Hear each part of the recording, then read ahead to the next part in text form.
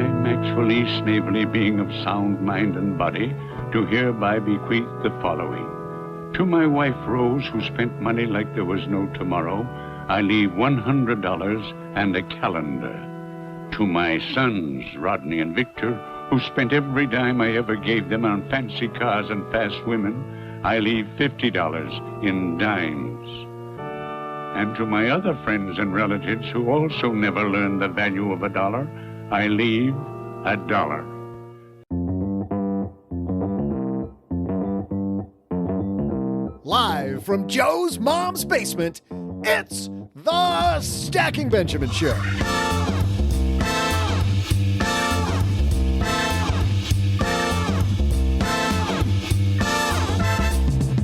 I'm Joe's mom's neighbor, Doug, and today we'll learn how being honest with yourself will help you grow your business with founder and former CEO of Panera Bread, Ron Shaich. In our headlines, one investor lost over $100,000 in a trade.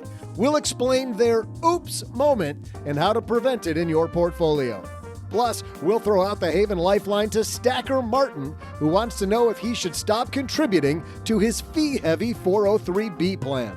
And then I'll share some cheesy trivia. And now, two guys who are as steady as peanut butter and jelly, it's Joe and O-G.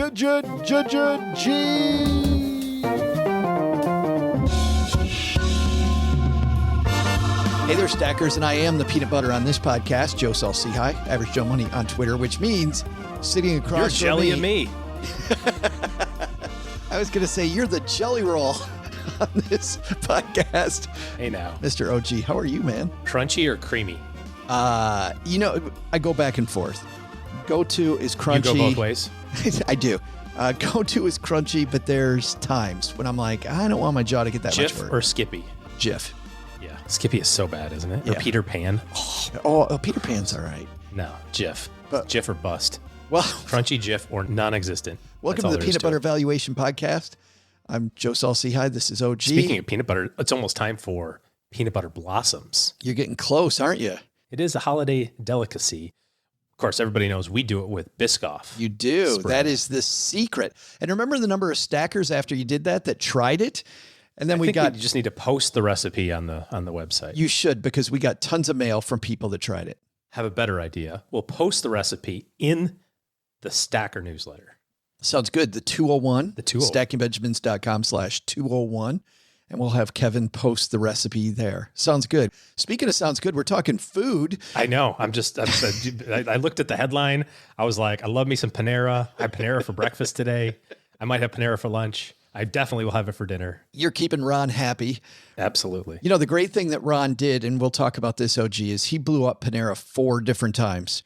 And it was when the company was doing fairly well, but he knew they needed to continue to compete. And there are times, when you're like, things are okay, but they're not great in your life. And you just got to have the bravery. You just got to have just nuke it. Have the ability to go do it. We're going to talk about that. We're going to talk about having a mission beyond financial independence. Ron was financially independent very quickly. Panera did very well, very quickly, had lots of money. Why do you keep working after you're financially independent? We'll talk to him about that and much, much more. But before that, a headline that you sent to me. But even before that, Doug, we got to talk to you about not licking the knife before you put it back in the jelly. Here's the deal, Doug. Because then when I open up the jar to the peanut butter and there's little jelly bits in the peanut butter, yeah, it's so gross. So gross. Knock it off, Doug. Yeah, which is why I think this is our new rule. You know when you open the jelly and it's kind of watery? Yes. And you got to stir it up? Oh, do you know why that is? Do I want to know? I'm going to tell everybody why it is. You can cover your ears if you want. Because this is what I was told. I'm not a biologist, but this is what I was told. When you lick the spoon, put it back in the jelly, you have all of the particles in your mouth that are associated with digestion. No. So it's starting to digest the jelly with your slop. No. And then you're mixing it all together. No. So don't lick the knife, Doug. Please stop. Please my stop. God. I do not need your digestive juices. We got to get going before I throw up. Let's get this thing moving. Hello, Hello, darlings. And now it's time for your favorite part of the show, our Stacking Benjamin's headlines. I'm glad Ron's not down here yet because he's going to report the basement to the health department after that. Pretty good idea. This headline comes to us from cryptonews.com. This is written by Jimmy Akey. Jimmy writes, in an unexpected turn of events, a decentralized finance user accidentally lost a fortune after he swapped 131,350 in wrapped USDR for, wait for it, $0 in USDC. Transaction initially captured on DeFi and DEX aggregator OpenOcean by X, formerly Twitter user RectFencer. Man, this is just imagine losing $130,000, OG. All because of a quick transaction that you were trying to day trade yourself out of. And oops. Here's what happened. Neither you nor I spend a ton of time in crypto land, but the way that I read this piece, USDR has been pegged to the dollar. It's what's called a stable coin. So it's made to be a safe place. Well, that stable coin was unwinding very quickly. Turns out it wasn't so stable. It wasn't. No. Stable coin and was a misnomer. There's no regulation, then there's nobody to get in trouble. And so the stable coin starts going south. The user tries to get out of it as quickly as he can. It's a panic trade, right? Yep. It's a panic trade, tries to get out of it as quickly as they can, accidentally trades it for something that is already pegged to zero and trades $130,000 for nothing. Yeah. And if you keep reading, what's even more interesting in this is that there was some sort of technology bot, arbitrage bot or something that picked up on this as it was happening immediately and did the right thing. What the original user was trying to do, jumped in, solved the problem for itself, not for the user, and made 110 grand for the bot at the same time. So there are people out there who have written programs to catch when people are doing dumb things and profit from the dumbness, if that makes sense. I have a very close story to this where during all of the crazy stuff going on with AMC and GameStop, you remember that from a couple of years ago? Sure. The movie Dumb Money out right now. Which apparently lost $100 million. So the movie lost 100? Yes. Really? How ironic. Tell me... Tell me this moral of this story without telling me the moral of this story. But anyways, so I have a very close friend. It wasn't me, so it's not me, but I have a very, very, very close person in my life who was making a slaying on day trading AMC and day trading AMC options to the point where had turned several $1,000s into tens of thousands of dollars, $40,000, $50,000. Similar news comes out that, oh my gosh, the world's imploding. AMC's going, whatever it was, jumped online pre-market to sell, but did it as a market order. So difference between a market order and a limit order. So if you're going to buy and sell stock, and especially if you're going to buy and sell stock in a panic move, you have to put a limit order there because a market order just gets filled. Whatever the next available trade is, you're on the end of it. You're saying, I will take any price. I don't care. I just want out. That's what a market order is. Now, in a normal functioning market, and you're going to go sell Apple or buy Apple, and you're going to buy 100 shares, well, that's trading 1 million shares a minute. A few pennies that's either way. You're just in there, right? But if there's a panic sale and everybody's selling, because remember, all sellers are matched up with buyers in the equity markets, right? So if there's a bunch of sellers, then the buyers are going, well, I don't know.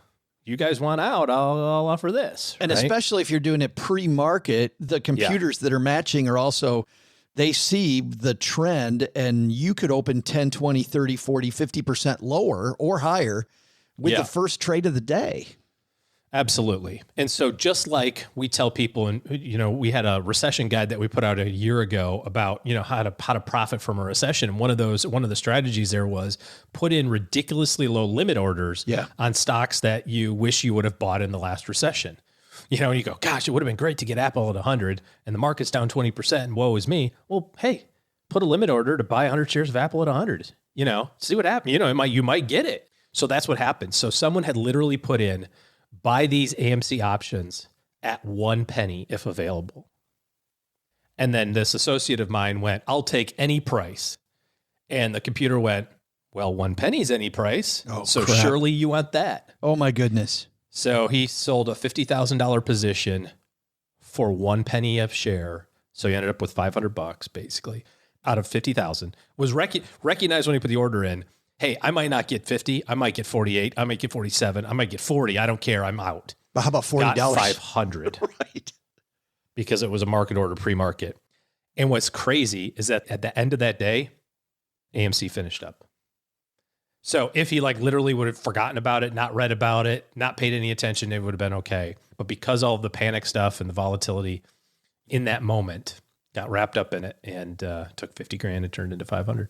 What's the lesson here? Is it that, I mean, obviously the day trading thing is the obvious lesson, but when I'm placing my trade, do I do the Amazon thing? Like when I think I might want to buy the stupid thing, I put it in my cart overnight and think about it first, and then I press the button? Do I, well, you talked about limit orders. Do I put limit orders out there? Like, what's my takeaway from this? I mean, there's a lot of different strategies for individual stock positions. First and foremost, if you're buying something that doesn't fit in your financial plan for a long period of time, Warren Buffett's famously quoted by saying, you should be allowed to own 20 stocks your entire life. So be very judicious in which 20 you feel like buying to own your entire life. And so if you're evaluating your, financial plan and you're saying to fulfill my plan, I need to own stock, I'm just going to day trade my way. If that's not one of the stocks you want to own for 20 years, I would question why you even want to get it in the first place. If this is a fun hobby and you're just day trading and you're betting on football or whatever your deal is, that's a different thing. You're saying I'm okay with losing all of this.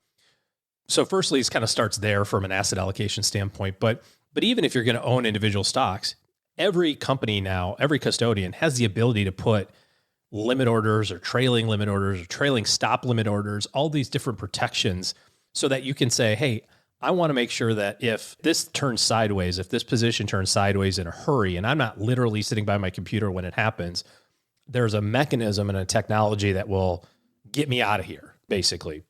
I'm not going to get the price. I'm not going to pick the price, but it's going to, it might not make me whole, but I'm going to have some capital left over on this deal. And those are the trailing stop limit orders is what you're talking about there.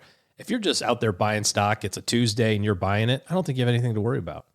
If you're going, oh my gosh, I need to watch this every second because I'm worried about the next tick that comes across the news, I'm wondering why you're owning the thing to begin with. Yeah. And the same thing is true with any of these esoteric investment pools, crypto or individual penny stocks or all these things.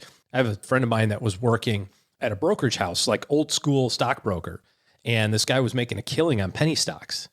In one particular stock in particular, he was just trading it every day and was making tons of money. And then he's like, he kept doubling down basically, and then bought a big position. And then the next day he goes, hey, I want to sell it. I make this money. They're like, yeah, you can't. You own 10% of the company. Oh, wait, what? Yeah, you have accumulated so much that you have now you are an insider. Now the rules have changed. You are required by the SEC to file disclosure documents in order to make sell. A move. He's like, well, no, that blows up the whole plan. I got to sell it right now to get my. Yeah, sorry, you're a 10%. Wow. It's like surprise, but let's say stupid games win stupid prizes, I suppose. So you just got to be careful. I was sitting watching football the other day. Kurt Warner's on TV, old school quarterback, won a couple of Super Bowls for the St. Louis Rams. He was talking about betting on football because that's all the rage these days. And, he's got the rules, right? His rules of the game by Kurt Warner, right? One of the rules is you don't bet more than you can lose.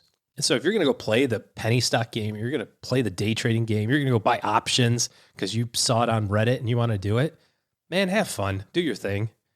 Don't make it part of your financial plan because that's not going to be a success story probably. But if that's what keeps you excited and, whatever, have fun.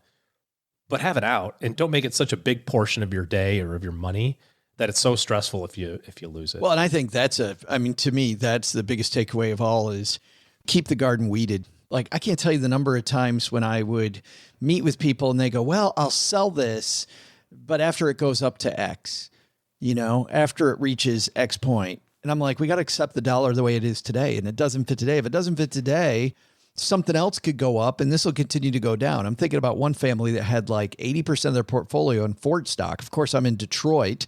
So they got all their money in Ford's never goes down. Yeah, they got all their money in Ford. Well, and here's the deal, OG. The reason they met with me was because it had gone down. And so I put this whole plan together for them. And the very first move, obviously, is we got to diversify to make sure that you get some type of retirement. Whether it's Ford or any single company, it's not as predictable as an index will be. We need something more predictable. So I had this strategy, knowing they were nervous about getting out too. I had it in 3 stages. Should have been all at once. I wasn't worried about the market. Yeah. The strategy is worried about them. So I'm like, we're going to sell a third now, a third later, third, whatever. Dude wouldn't do it. And he said, I will only do it. The stock's trading at 12. He said, I'll do it when it goes back up to 25. Of course, the stock went down to 8. And 2 eventually. And to 2. And by the way, yeah. I ended up not working with him. There was nothing we could do. Yeah. There was 0 to do. Well, and this is an important lesson, I think, for young people. And we see this a lot, and it seems like it's impossible to happen to you. So I'm going to tell this in a parable, but most people say, well, that'll never happen to me. If you're a young person and you're getting some, and I mean young, you're early in your career, 25, 35, whatever, and you're getting some of your compensation in restricted shares, you're getting some of your compensation in non-qualified options, incentive options, whatever, and you do not have a plan for liquidating those positions as they become in the money or when the tax burden is exactly right or whatever, if you haven't mapped that out, you're going to end up like that person that has 80% of their net worth in one stock. And you go, well, that'll never happen to me. It could, because I'm assuming you're working at a company that you really like, that makes good stuff, that you've got a lot of hope and optimism in. And so all those companies, all those tech companies, all those companies that are paying you based on outcomes, if they do well and you haven't built a plan for how I'm going to sell it, keep this percentage of my portfolio a reasonable percentage, you'll wake up one day and go, oh crap, I've got 80% of my net worth in one stock and it's doing amazing. And so now to get out of it, it's going to cost me hundreds of thousands of dollars to get out. So now I don't want to because, and then you get this, but it's doing really good. So maybe I don't want, and it explodes, huge percentage of your net worth, huge net worth. And then one thing can cause that whole, house of cards to come down. So if you're looking at your compensation, you get restricted shares, non-qualified options, incentive options, you've got an ESPP through work, you got 401k match, you've got all these opportunities to own your company's stock. Believe in your company, that's great. But also make sure you've got a way to keep that percentage of your net worth fairly constant over time. Otherwise, time will go by. It'll be 20 years and you'll be calling Joe going, I got 80% of my money in Ford. Well, which, by the way, you'll still continue to have more and more of the stock. People are like, well, I want to own more than, $1,000 in my company or $2,000. Well, if you've got $1 million and you decide that 10% is your number, you get $100,000 in a single company. Yeah. And when you're 50 and you're making $350 a year in compensation and your bonus is, you know what I mean? Like you think about it today, you're 27 making $100,000 and you get a 5% bonus. When you're 55 and you're making $450, most of your comp is bonus. You're getting $200,000-$300,000 a year in stock compensation. Like it scales also. To your point. We will dive into this more in our newsletter. The 201 comes out every Tuesday and Thursday, right the day after this show. And what's cool is even if you happen to, we don't want you to miss an episode, of course, but if you do miss an episode, the 201 is made so that you can still pick up a lot of great tips while you're on the road, and then you can circle back and listen to the show later. StackingBenjamins.com/201, always free, comes out the day after our Monday, Wednesday episodes. Coming up next, Ron Shaich is the guy behind this little company known as Panera. I've had a bread bowl or two. Don't know about you, OG. Also another company, All Bon Pan, which I probably slaughtered the pronunciation of that, but I think we've all seen. Sure, you nailed it. We've all seen those. He is out of those companies with a massive sale that he did back in 2017. Now he has some new ideas in fast casual food, kava, and a few others. We're going to talk to him about lessons he learned while developing Panera. But before that, Doug, I think you've got some trivia for us. Hey there, Stackers. I'm Joe's mom's neighbor, Doug. I've been working on a recipe book for Joe's mom, because I like to help. So far, I printed a dozen recipes I found online of things I'd like her to make for me. At the top of the list, I got baked Alaska. There's some coq au vin. There's a beef Wellington, and a few different types of souffle. She's going to be so happy. I got all my favorites in one place for her, so she doesn't have to ever guess. I decided to not include any sandwiches, though, since, that's my specialty. If you count hot dogs, I know 4 sandwich recipes by heart. That includes the one I just made up this morning, bacon, egg, and cheese with peanut butter and jelly. with the peanut butter. It was so good. I don't know if I should even be listing all the ingredients on here. You might be able to figure out how to make it. According to legend, sandwiches are named after the 18th century British nobleman John Montagu, the 4th Earl of Sandwich. Montagu was such a devoted gambler that he had his valet put salted beef. No, I said it right. That's how they say it in England, valet. He put salted beef between two pieces of bread so he could eat dinner at the cribbage table without having to interrupt a game. I actually created my own on-the-go food item. What you do is you slice a banana down the side and you stuff it with trail mix. That way you don't have to carry the nuts separately. I'm going to start calling it the hot dog. The hot dog. Hot dog. Today's trivia question is, what's the most popular sandwich in the U.S.? I'll be back right after I make sure Joe's mom has a pasta maker.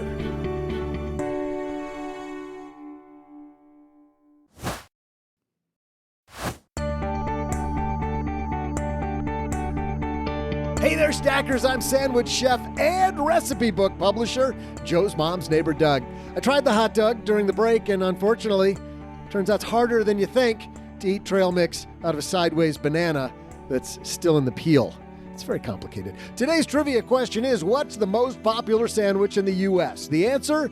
A cheese sandwich. Grilled or cold, Americans can't get enough of cheese between two pieces of bread. I mean, you got your favorite flavored fat in there, you got your starches. What could go wrong? According to one stacker, that's borderline child abuse, though. And now, here to help you identify what matters most while building your business, it's founder and former CEO of Panera Bread, Ron Shaich. I'm super happy you're here with us, Ron. It's good to be in Mom's basement here, Joe. I got to start here. You begin this topic, this project, by writing that when you retired, what you were looking forward to when you were first going to retire, what, in 2010, 2012, that you were looking forward to writing a book about the lessons you learned building Panera. And then you say, this is not that project, which, by the way, when I laugh out loud at the first line of a book, I know it's going to be a nice ride from then. What did you mean by that this is not that project? Well, I sold the book in 2011. I started to write it, big New York publisher. And I ended up going back to Panera for the fourth time. I went back to do another transformation of Panera. I'm knee deep in it, working 90 hours a week. And I'm working on this book at 4 a.m. And I said, Ron, this is sheer idiocy. You can't be doing this. Let's cut it. And I basically said, I will give the publisher back their money. Always hard. Gave them back their money and said, I will write this book when I get done Panera. And in 2017, I sold it in the biggest U.S. restaurant deal ever done, among the highest multiples ever done. And I began doing a lot of speaking on the pervasive short-termism in our capital markets. And I realized this was still a bucket list item. I wanted to do it. And I wanted it for your listeners. I wanted it for those folks out there that are starting out, that are trying to build something in their lives, that are trying to figure out how to do it. And this book is different than so many of them. So many of this genre starts with a thesis. I did wonderfully. I'm wonderful. You just have to be like me. It's sheer nonsense. This is hard work. There's a lot of trade-offs in it. And I want to talk to your audience about it. And I want this book to serve them in understanding what they're really getting into and how to go forward and how to do it and how to build a life that not only has economic value to it, but a life that actually has values and leads to their own sense of self-respect. Well, I want to ask you some questions about the early days from some of the early chapters of the book, what I read, so people can get a sense of what you're talking about how hard this is and how much work you have to put in it. But I got a question, what you just said. You said you went back 4 times. I was just reading yesterday a piece talking about Bob Iger, of course, the Disney chairman who just went back to Disney. And he said Disney's in worse shape than he thought it was. And he's exhausted.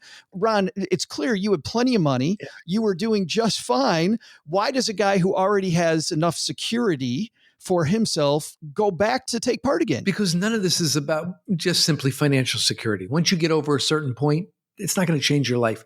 What it's about is self-respect. And I loved Panera. I loved the people there. And what I could see and feel was the ability to make a difference. And what was clear to me, the way I went back in 2010, I was the executive chairman. I was still doing some of the customer facing stuff. And again, as I said, I was doing a lot of public speaking. And Joe, I came back from looking at acquisition one weekend and I sat at a computer and I wrote a document, how I would screw with Panera if I weren't part of Panera. Literally, how would I compete with Panera? And I basically at that point called for digital access and I called for clean food and I called for omnichannel and I called for loyalty. And these were things that were not in the restaurant industry at that point. And the guy who took over from me, my very dear friend, a guy named Bill Morton, Bill says to me, Ron, will you go work on it? And I love nothing more than figuring things out. And I said, yeah, I'll go work on it. And remember, I'm executive chairman. And within 9 months, I'm working on this thing 80 hours a week. And I'm loving it because I'm building the next iteration of what Panera could be for its guests. I'm actually putting it in place. One thing led to another. Bill couldn't travel for some personal reasons. We ended up swapping jobs. He became executive vice chairman. I came back yet again as CEO, and we put that in place. And between 2011 and 2017, we effected the largest transformation, I think, among any large-scale restaurant company that occurred. And Joe, if I may say it, I say this to your readers, your listeners, it sucked. It was horrible. It's difficult. Change is difficult. And the question is how you think about that and how you manage it. Because the core of all of this, which goes to your question, is how do you leave it with a sense of your own self-respect? That you walk away when you're done, you say, I did something, I did it well, I did something that I can respect. Let's go back a few years because you really drive the point that you just said home very early in this project. It's 1998, Ron, and your dad has moved into your apartment in Cambridge, Massachusetts. Can we talk about that? Why was your dad moving into your apartment? Yeah, my dad had been diagnosed with lung cancer, and we wanted to get him to Dana-Farber here in Boston, where he could get into clinical trials that could potentially save his life. And he was here off and on over a number of years, but he actually ended up living the last 9 or 10 months of his life in my apartment. And I watched him go through this process. And what I saw was that each of us, if we have a chronic illness or if we go through that kind of process, we step back and we actually review our lives. And it became clear to me that there is a judgment day. I cannot promise you it's up there. That's a personal, spiritual decision. I can tell you there's a judgment day if you have that opportunity. And I watched him reflect on his life. I watched my mother reflect on her life. And it was very clear to me that at least one of them felt better about the decisions they made than the other. And from a personal perspective, I wanted to go through the same process, but I wanted to make sure I wasn't doing it in the 9th inning with 2 outs. I wanted to do it in the 7th inning, the 5th inning, the 3rd inning. And I began a process, decades ago of sitting down every Christmas and asking myself a question. Where do I want to be with my life in terms of my core relationships, my relationship with my health, my relationship with my family and the people that I love, my relationship with my work and my financial capabilities and doing work that was meaningful to me, and then ultimately my spiritual life. And I began to write a 5-year vision of where I wanted to be. And then I began to take that and break it down into what I needed to get done this year and what were the specific projects that underlined the things that I needed to get done this year. And then I began to review that every quarter. Is this the thing that you describe as, you call it a pre-mortem? Yeah. Like the time to do your postmortem is not when you're at your funeral. It's not post. Yeah. The time is to figure out what you're going to respect, my friend. And if you don't figure it out, right, you're going to lead a life where you're in reaction. And what we want to be is proactive. We want to make some choices. Now, the truth is that the mantra of the book and my own mantra is tell yourself the truth, confront the 800-pound gorillas, what's really true, know what matters, know what few things really matter, and then get them done. And I can only tell you whether you're running a business or you're thinking about your life because they're very similar. If you're doing that, you need to understand what few things are going to matter. We often talk about presidents of the United States and you think about how they spend their lives and what they do and all the meetings they attend. But generally, they're known for 1 or 2 or 3 things. You go back to Bush and it was 9/11. You can go to Obama. It was Obamacare. You can go to Trump and maybe it was COVID and January 6th. You can go to Biden. Maybe it'll be Afghanistan. It's these few big things that matter. And understanding what they are for you, what you're going to respect when you get down the road is the key. By the way, same in running any enterprise. If you're just reacting to today, you're going to actually get yourself in trouble. And so that's one of the things that we talk about. Here's something else we talk about, Joe: means, ends, and byproducts. And here's the reality. We've gotten lost in corporate America on byproducts, as if we can create the byproduct. Let me tell you by way of a story. I have a friend who's a type 1 diabetic. His goal in life is to stay alive as long as you and me. But he can't make it happen. It's a byproduct. Like happiness is a byproduct. So what's his end? His end is to keep his blood sugar between 80 and 180. If he keeps his blood sugar between 80 and 180, the byproduct is life. His means, diet, exercise, and insulin control. To your listeners, it's the same thing. You want to have financial rewards. You want to build a business of quality. You want to have that. You can't make it happen, right? It's a byproduct. What's it a byproduct of? Building a better mousetrap, building a better competitive alternative, better serving your target guests. When you do that, the byproduct is the financial rewards and the success. That was, I think, going to be a big aha for a lot of people, because you write that profit is not the end. Profit is the byproduct, which, by the way, I was so glad to hear you say, because I had a business partner once and I was trying to explain what you're saying here much less eloquently than you did just now, Ron. And she kept accusing me of not wanting to make money. Well, but listen, I'm long-term greedy, not short-term stupid. And you want to be short-term stupid, you react and you try to squeeze.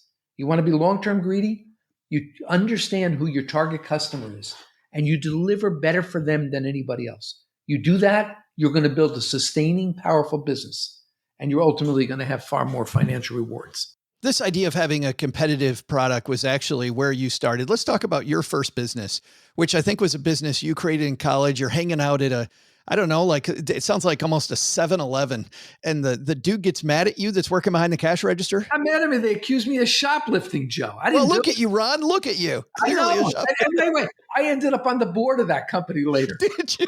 Yes, no baloney. So let's talk about, tell us that story about how you created the first business. Well, wasn't interested in business. I was probably on my way to law school. I wanted to change the world. I wanted to make a difference in the world. And I was the treasurer of the student body at a place called Clark University in Worcester, Massachusetts. And I was tossed out of this local convenience store. And I came back to campus and said, the heck with these guys. Let's create our own nonprofit convenience store. We don't need them. They just hassle us. And this treasurer was able to raise $60,000 in capital, basically a tax on the student body.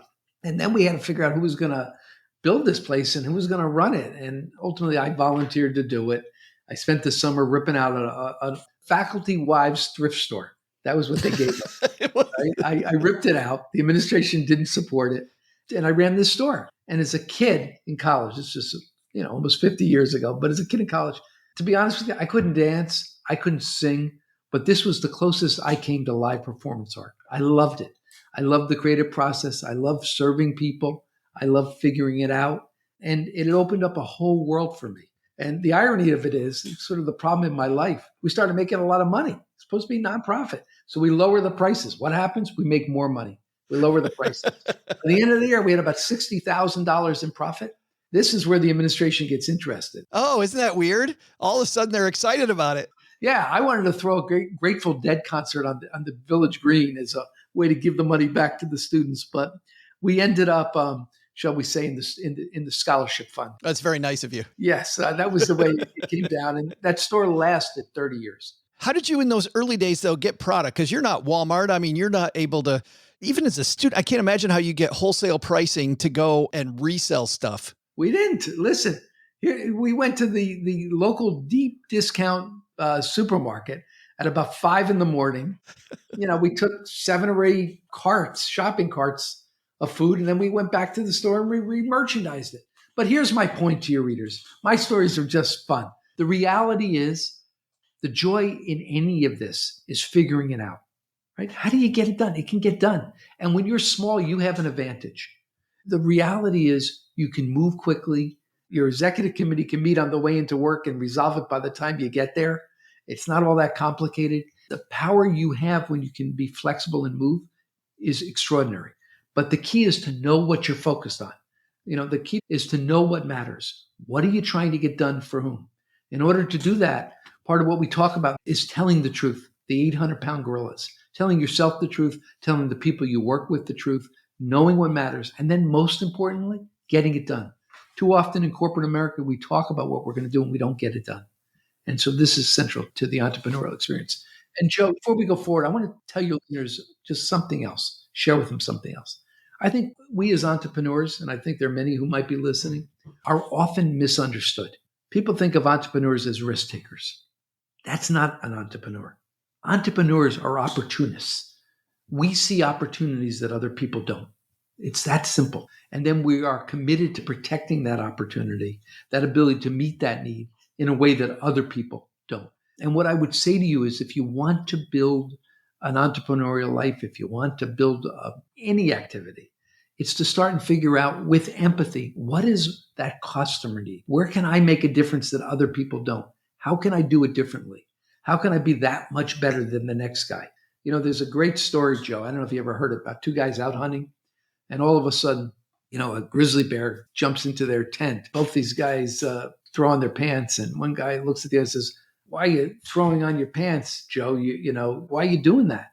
And the other guy looks back and says, "Well, you know, I have to simply outrun you. And if I outrun you, I will succeed." You've got to figure out what it is that you can do in a differentiated way that's better.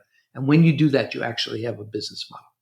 Well, it makes it so much fun too, because you're not trying to just do the thing. Like, how many entrepreneurs out there do you see during your career that are just doing the exact same thing somebody else did? It's boring. It's derivative.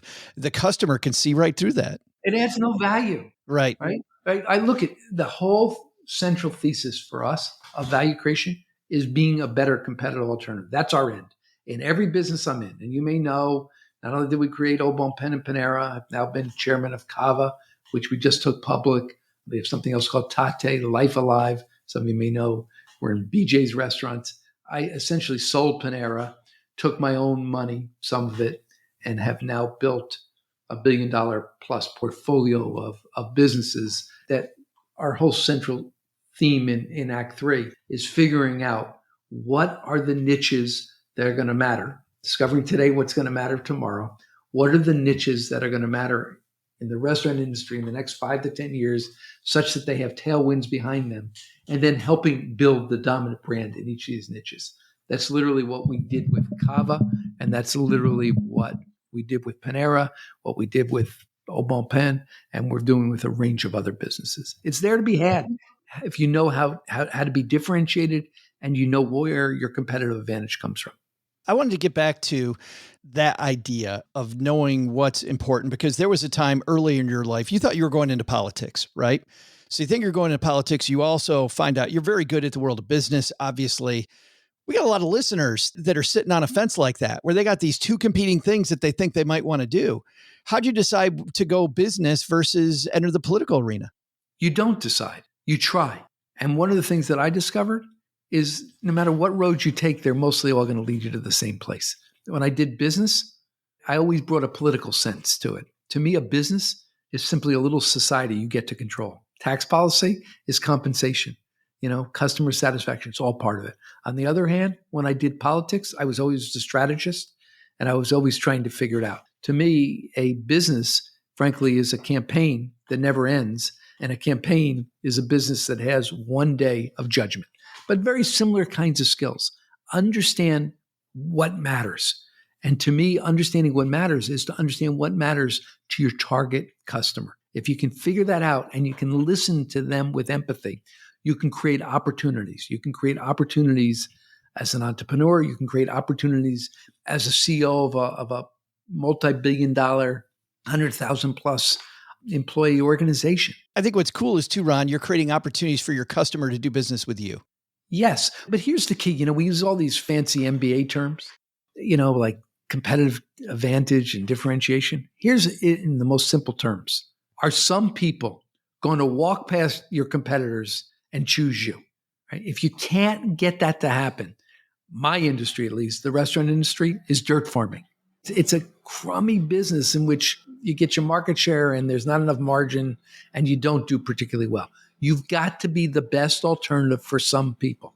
You better figure out who that target customer is and you better deliver it to them. Let's talk about that in terms of the early days, because you're not just talking about these high level ideas, Ron. This is your development. You started off with a cookie company, right? I started out with a 400 square foot store, and I built 4,000 or 5,000 restaurants since then. Let's talk about step one, because every step I feel like is a little bit of lather, rinse, repeat, because you're sitting there with cookies. You see people at the start of the day walking by the front of your store, and you're like, how do I get those people in? Tell me about the early days of the cookie company and then transitioning into breakfast. Yeah, Joe, let's step back, right? People often talk about my life and my legacy as the financial results. I ran a public company for 27 years, longer than Cal Ripken played baseball.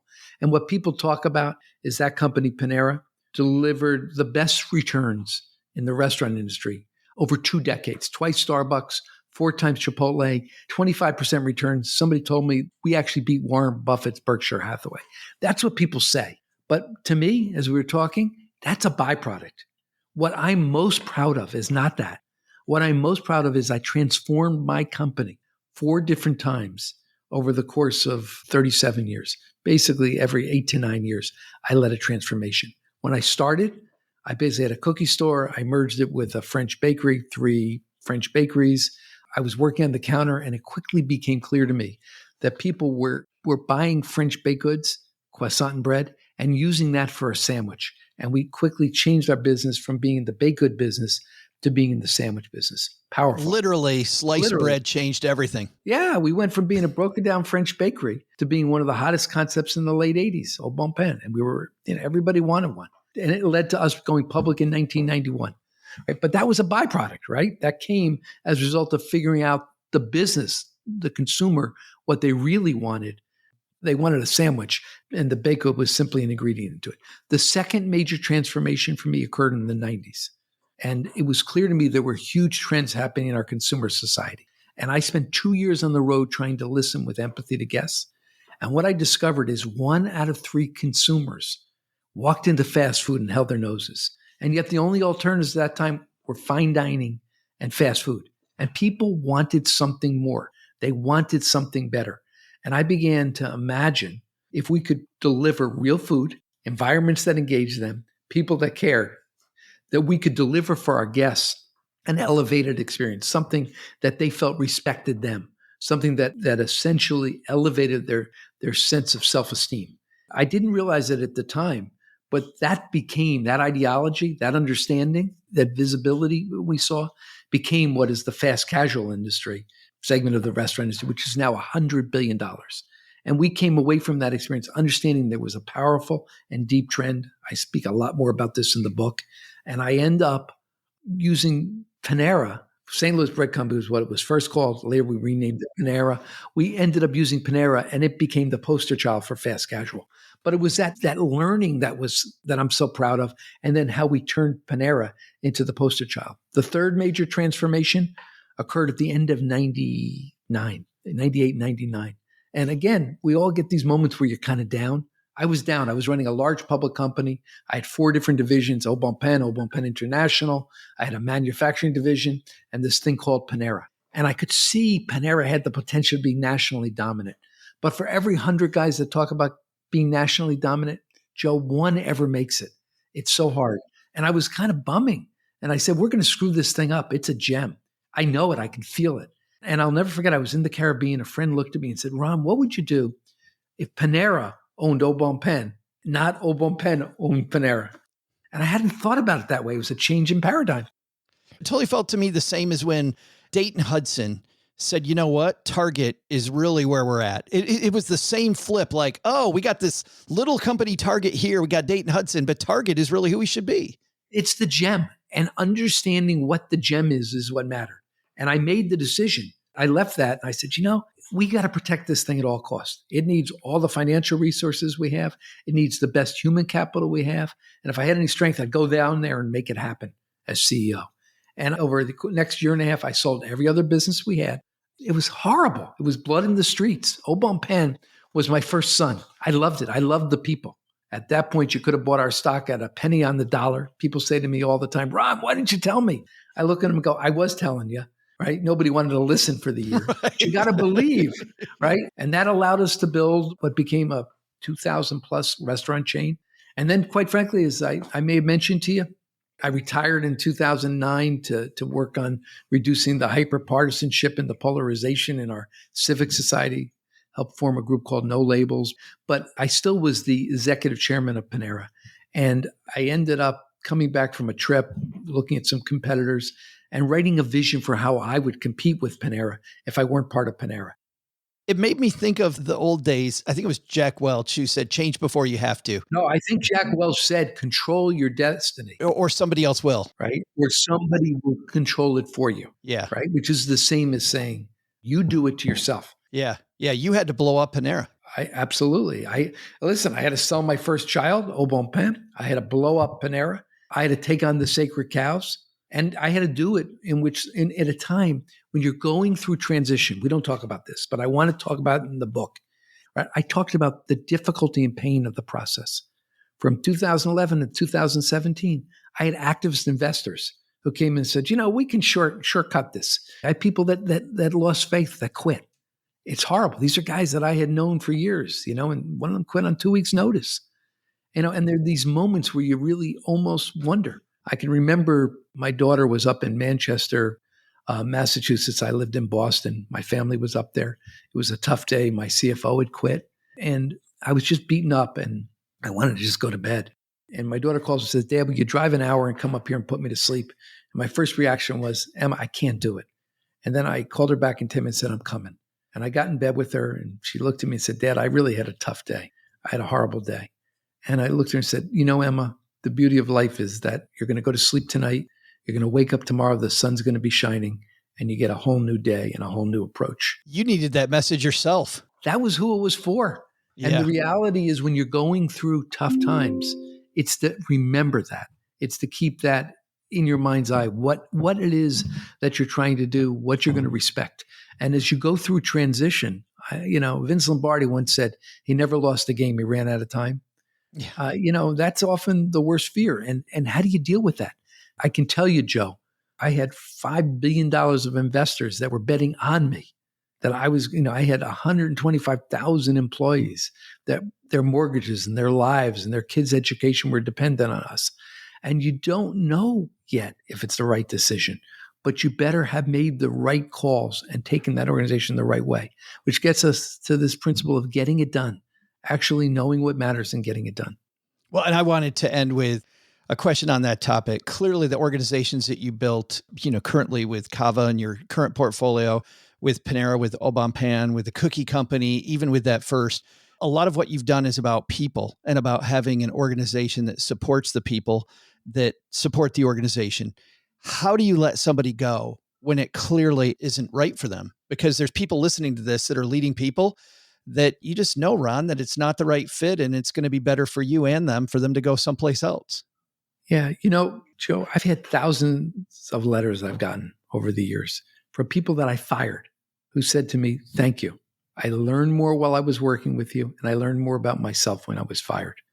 And the reality is I have almost never had a problem in firing people. Personally, it kills me because I love these people. Yeah. Yeah. It's really true. But if I tell the truth, people get it and people understand. So I truly believe one of the most important lessons for me in looking back is I tried too hard to do people's jobs for them, to make it work for them, to get them through what they were going through. And I had that capability, but that wasn't enough. And I can remember in so many ways how often people would say to me, thank you for telling the truth. Thank you for actually telling it the way it is. Now, they didn't always tell it to me when I fired them, but they certainly did. They had to see the truth later, right? Yeah, because I think we all know. But all I'm saying to you is one of the growth points for me as a leader, and I hope for many of your listeners, is to recognize that you don't own somebody else's work. They own their work. You need to be an honest broker. You need to tell them the truth. You need to be clear with them. And you need to come at that with a heart, not a heart to protect them, but a heart to make sure that they understand with clarity what is true and what isn't. Last question, Ron. How has COVID changed things? Ironically, my belief generally is COVID, like so many things, has not in a material way changed things. Yeah, we have a little more delivery, but the truth of the matter is in my industry, the food industry, consumer businesses, restaurant industry is the second oldest profession. it ain't going away. And people want what they always have wanted, which is a place of community, a place to gather, a place to break bread together, to enjoy. And they want the best food they can get access to. It hasn't changed. It won't change. I don't think we're going to be talking about COVID, maybe with the exception of idiosyncratic things like Zoom and its effect on offices. I don't think you're going to see dramatic changes in our consumer society. The book is Know What Matters, Lessons from a Lifetime of Transformations. We barely touched on stuff at the beginning of the book. There's so much here. There's so many lessons. But more than anything, Ron, I got from it this idea of leading with your North Star, and then the building that comes from that, the fallout that comes from that. Man, the times when you were a public company, we'll let people read that on their own. And just the lessons from being public pit in my stomach sometimes. Joe, if I could say this to you as we conclude, there really is no legacy. Right? This is all going to turn to dust. All these businesses, all of this. What matters is your self-respect, and what matters are your relationships. And focusing on those, your relationship with your guests, focusing on your relationship with your team members, and doing things that 3 years from now, 5 years from now, 7 years from now, you can look back and say, I can respect that. That's what it's all about, my friend. Hey, I'm Mr. Wow. And I'm Mrs. Wow from Waffles on Wednesday. And when we're not eating waffles, we're stacking Benjamins. Big thanks to Ron for hanging out. You could hear the excitement, OG, in Ron's voice. And this idea we talk about a lot when you retire of having a purpose. Ron comes out of retirement again and again. And it's not because he doesn't have enough money. It's because he's got this purpose. His purpose clearly is serving these people. His idea of what fast casual should be. I mean, you see it with Howard Schultz at Starbucks, who came out of retirement. Heck, we talked about Bob Iger coming back. I think Iger might be a different situation at Disney. I think that was more of a dumpster fire, and he kind of had to come back. But I do think this idea of purpose after you're financially secure is a super important thing. I mean, otherwise, what are you going to do? I mean, you spent your entire life being, motivated and fascinated by this thing, and then all of a sudden you're going to go like, now I'm going to sit on my couch all day. Yeah, and all these studies of people that just atrophy. Yeah. Because, they said, hey, I'm going to travel and play golf. And that's about as much as they think about their retirement goal. It's got to be deeper than that. I agree. Got to be. Hey, let's throw out the Haven Lifeline and tackle some of life's most important questions. Our friends at Haven Life Insurance Agency, OG, they put what you value first. What do I value first? Today is, the exciting news that my in-laws are coming for 2 weeks and a half. You are thrilled. I am beyond thrilled. Oh, look, busy. Got to go on a trip. Oh, it's so weird. It's such inconvenient timing. Avoiding your in-laws is Love why they to made be buying there, guys. I got quality this term. Important thing that I need to do. You can focus on scheduling lots of time away because your in-laws are in town. And that's why they made buying quality term life insurance actually simple. You go to stackingbenjamins.com/havenlife now for a free quote. By the way, apply for the insurance before you know your in-laws are coming because you want that blood pressure to be good. You don't want it elevated. You want to make sure that you haven't begun drinking excessively, knowing that they're coming. All policies issued by their parent company, Mass Mutual, more than 160-year-old unsure. It's online. It's very quick. You need life insurance. Go get it now. stackingbenjamins.com/havenlife. All right. Today we're going to throw out the lifeline to our good friend Martin. Hey, Martin. Hello, Doug, Joe, and OG. I'm new to the personal finance world, and I discovered that my Educator 403B with Corebridge has a weighted expense charge of 1.62. I contribute $1,000 per month, have an account balance of $200,000 with a 70-30 stock bond mix. I'm 53, earn around $170,000. Will work for at least 6 years and receive a net pension of $94,000 annually. My wife will continue to work while I retire and have an income of $36,000 annually. Once she retires, she'll receive a pension of $12,000 annually. We spend about $100,000 per year, which will go down once the 2 college-age kids have left the nest. Again, because we're new, we have 2 Roth IRAs with Vanguard, total $37,000. We have a new brokerage account, $6,000. We contribute $750 per month. We max out the Roth IRA. So my one question is, what should I do about the outrageous fee-heavy 403B? stop contributing and move the $1,000 to the brokerage account? Or is there another recommendation? Of course, when I retire, I will roll it over to an IRA, work part-time. So thanks for your help. My shirt size is medium. Love the show. Thanks, Bart. We're definitely going to send you one your way, but you don't need to brag about being a medium because we send you a He sounds like a schmedium type of guy. A schmedium. He likes the tight medium. Oh, yeah. Who so you can doesn't? show off the guns. Yeah, it's a gun show. Martin, congratulations, by the way, on digging into your personal finance picture, too. And, man, those pensions, OG, if you can get them, that's a nice amount of cash flow coming in. And by the way, the 2 college-age kids, that's where my hair all went, Martin, was going through that. So I can hear the finish line coming in your voice. But that is a fairly hefty fee, OG, 1.7-ish. What's he do about that?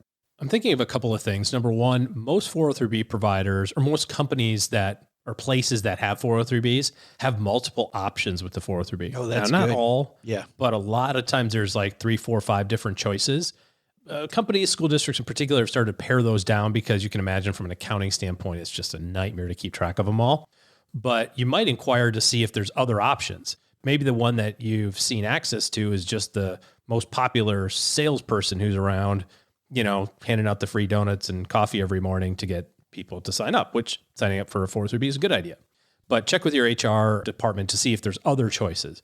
Obviously, there's some advocacy there. Since you're picking up this torch of financial independence and you're starting to recognize this, it doesn't hurt to talk to the HR people and go, what's going on here? Like, this is crazy. There are countless people in your community who would love the opportunity to sit in front of the school board and go, ours is better, and it's cheaper, and it's easier to manage, and it's better, and whatever. If you open that up for some competition from a bidding standpoint or make it known to the 403B salespeople around that you're open for business and competition, you'll be surprised at how fast those prices will go down on the existing one you have. Right. Plus, you could just find a better one. We've done it. I've seen it happen where clients have brought us in to basically pitch a new deal so that the existing person goes, wait, what? No, we can match that. It's weird how these... Hey, look, just as a matter of fact, we were about to show up with this new proposal. Look, it's a better deal for you. Timing is weird. Very weird. So if none of those things, that doesn't answer your question of what do you do with your $1,000 today? Listen, you're putting the money in pre-tax, I assume, in the 403B. Most 403Bs are going to be pre-tax, which means you're getting a tax break on every dollar that goes in. You put $1,000 a month in, getting $12,000 pre-tax, which, could be as much as $1,500 or $2,500 in tax savings every year. I don't think you want to forego that and the simplicity of having it come out of your paycheck for a higher expense. The trade-off I don't think is there. Tax savings is better than paying a high fee. Would it be great if you could get a low fee? 100%. But to me, I don't know that I want to martyr myself I'll show you, I just won't save for retirement. Not that you're saying you'll do that because you said you put it in your brokerage account instead. But I do like the idea of making sure that there's some tax deferred money there and you get a tax break while it grows, which is going to help you in terms of the growth opportunities and how much the money is going to grow over the next 10, 15, 20 years, I guess, 23 years before you have to take the money out. So I think it's a two-pronged approach. I think you try to advocate for yourself and for your fellow employees and say, this is horse manure and we need to get this squared away while also contributing the money. That's my 2 cents on the matter. I have nothing to add. Clearly looking for different options or helping the company bring in different options is great. And I also think that's your number one place to save, period, full stop. You know what, OG? He may have had more money if he didn't have those high fees, but the fact that he had an easy way to save is why he's got the $200,000 sitting in there. Yeah. That's why let's not let perfect be the enemy of good and forward progress. Because you're right. The second that you say you're going to start writing a check every month, just historically stuff comes up. I mean, it's no different than, you look at other areas that are adjacent to money, health, for example. When you dive into all of that stuff around health and calories and protein, and it's like, well, yeah, it's probably better if you don't eat Twinkies and you eat a salad instead. But at the end of the day, it's the fact that you're out there exercising and you're just doing the thing that's going to have a much bigger impact than trying to exactly time your carbs exactly right. You know what I mean? Yeah. And that's how I think about it with the the fee stuff is important, and I don't want to like diminish that and say, well, you can just pay whatever, because that's not true. But it is the icing on the cake, right? It's save the money, make sure it's allocated correctly, big picture stuff, and then try to find, a good value for the service. Which is where I think the second you bring competition in, if you can find a way to bring competition into that thing that you mentioned is going to happen immediately. 100%. It's going to be immediate. Those people are going to start to dance around those fees the second you bring it up. Yeah. Because you're not the first one, Martin.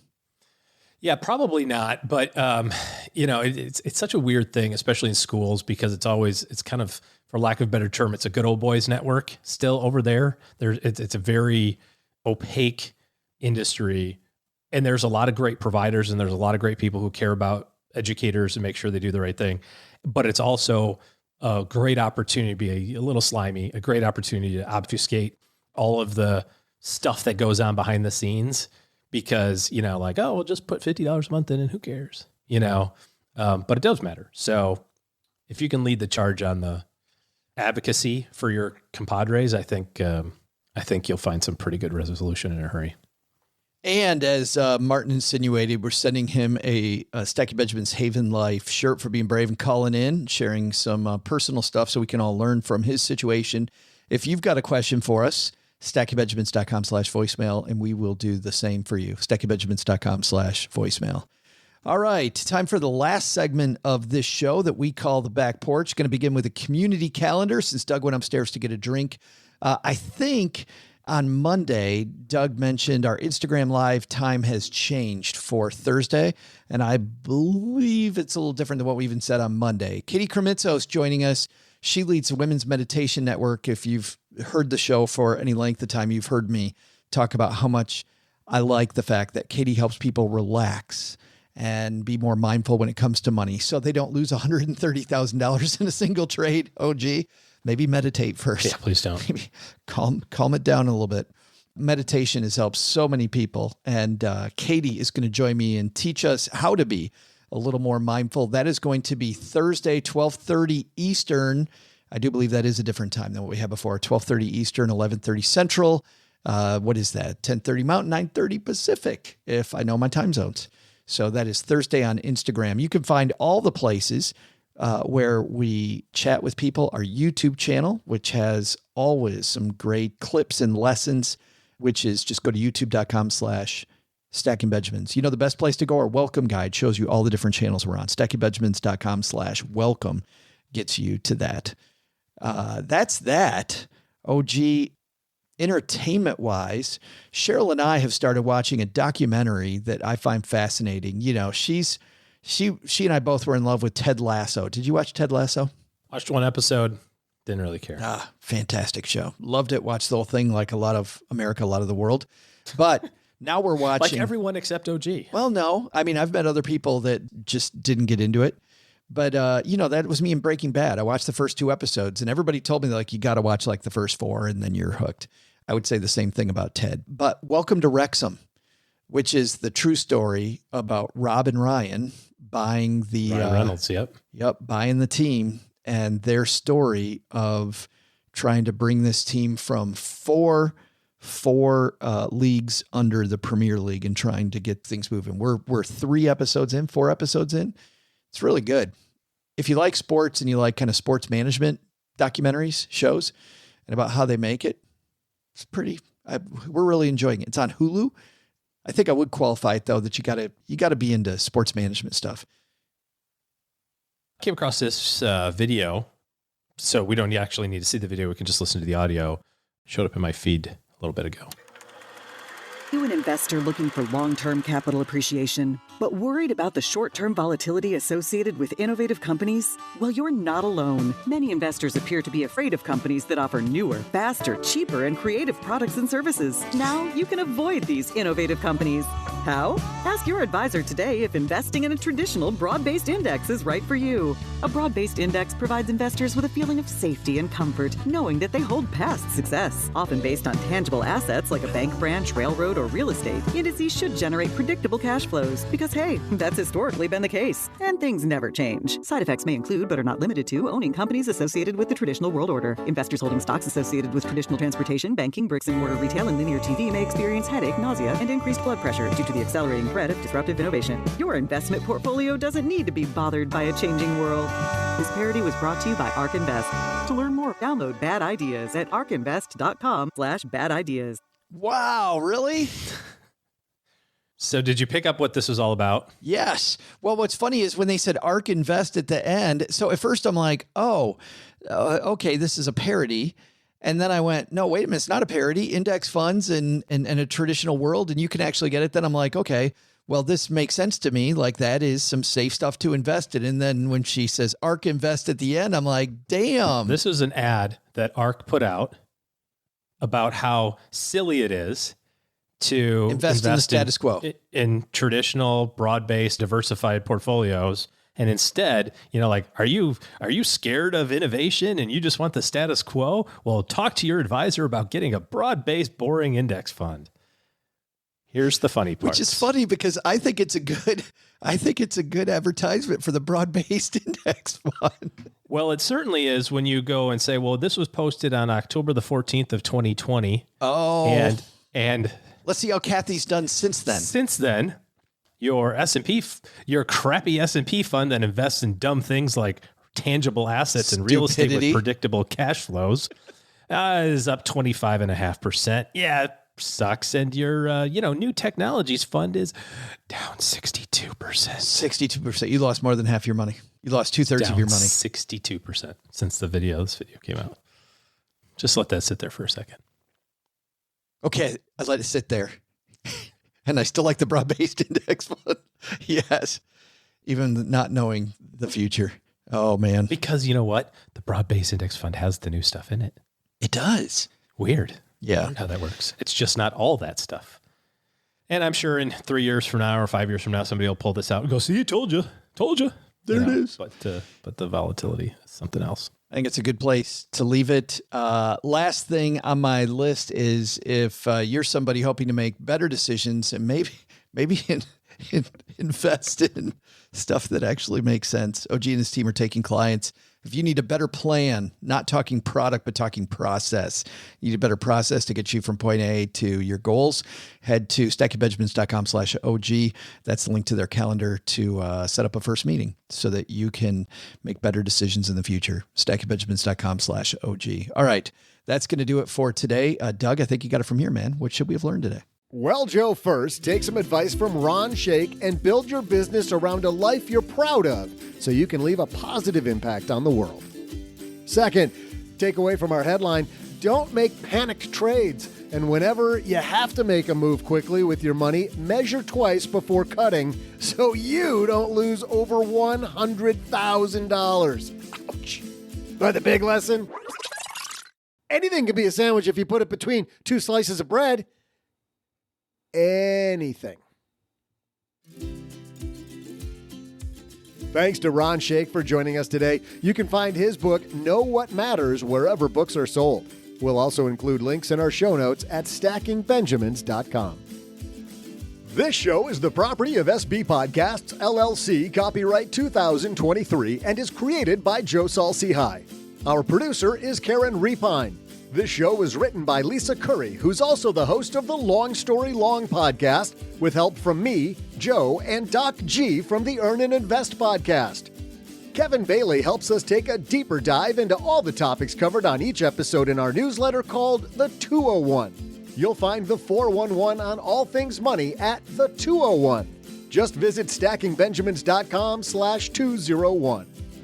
Wonder how beautiful we all are? Of course, you'll never know if you don't check out our YouTube version of this show, engineered by Tina Eichenberg. Then you'll see once and for all that I'm the best thing going for this podcast. Once we bottle up all this goodness, we ship it to our engineer, the amazing Steve Stewart. Steve helps the rest of our team sound nearly as good as I do right now. Want to chat with friends about the show later? Mom's friend Gertrude and Kate Youngkin are our social media coordinators, and Gertrude is the room mother in our Facebook group called The Basement. Say hello when you see us posting online. To join all the basement fun with other stackers, type stackingbenjamins.com/basement. Not only should you not take advice from these nerds, don't take advice from people you don't know. This show is for entertainment purposes only. Before making any financial decisions, speak with a real financial advisor. I'm Joe's mom's neighbor, Doug, and we'll see you next time back here at the Stacking Benjamin Show.